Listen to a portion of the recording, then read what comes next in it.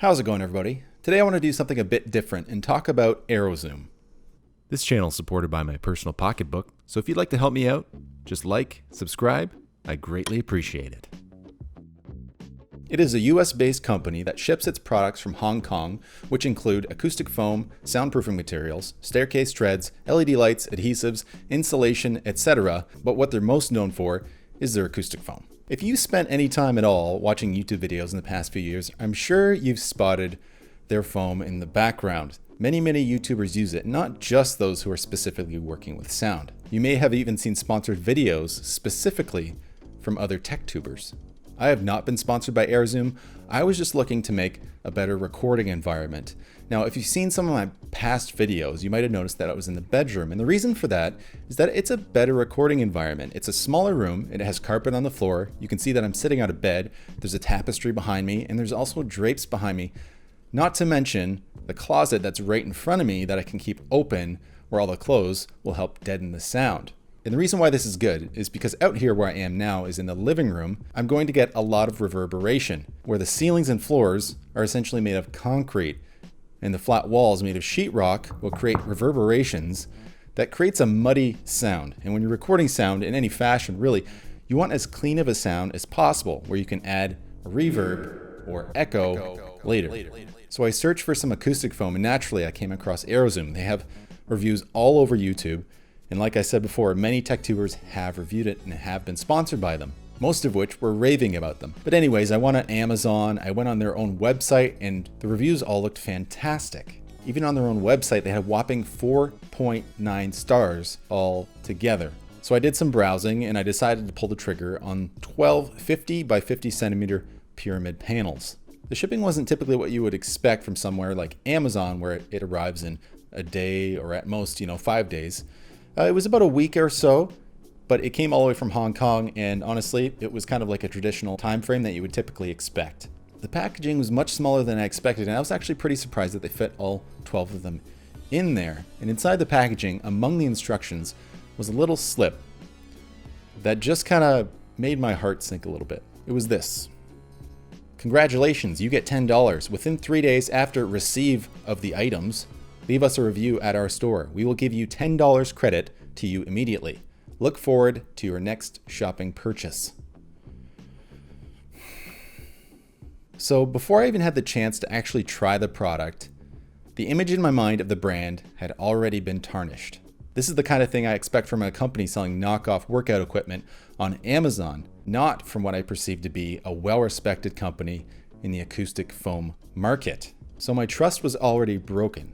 And I decided to do some digging, and already on Amazon very quickly, I was able to find several reviews that were mentioning the $10 refund.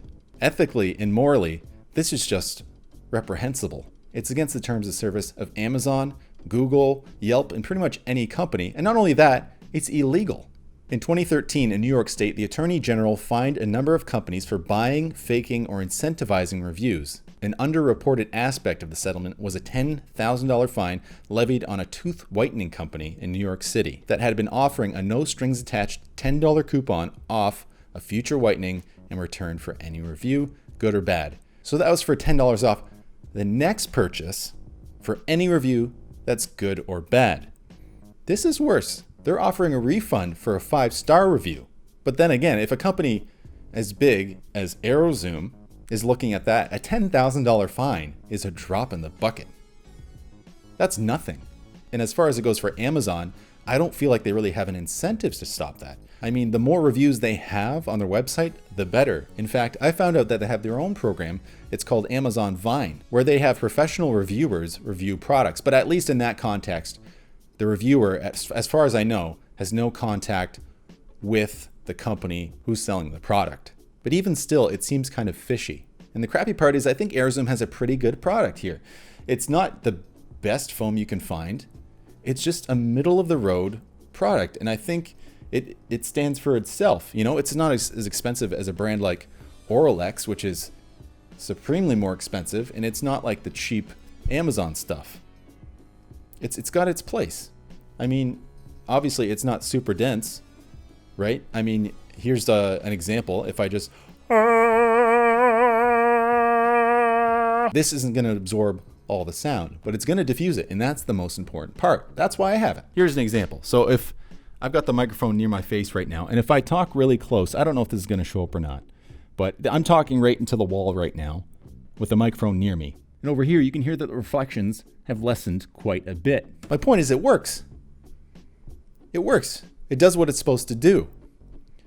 It just begs the question, why are they doing this? Things like this break the trust of the consumer. It's just a bad way to go. Let me tell you a little story.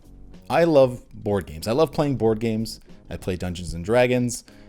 Almost any tabletop game, I'll play. I love it. But the one thing I hate is liars and cheaters. And one time I was at a board game night. We were playing a trivia game called Wits and Wagers. And after a few rounds, I noticed that one of the players, someone who was new to the group, was answering the exact correct answer every time, including answering one of the questions, which was, what is the average length of a human femur bone? Exactly, like to the point inch. So naturally, I watched him. In between each question, he was looking under the table at his phone and Googling the answers. I know you might be thinking, who cares? It's a stupid game, and I get that. But if you can't play a game fairly with basically strangers, what else are you going to cheat at?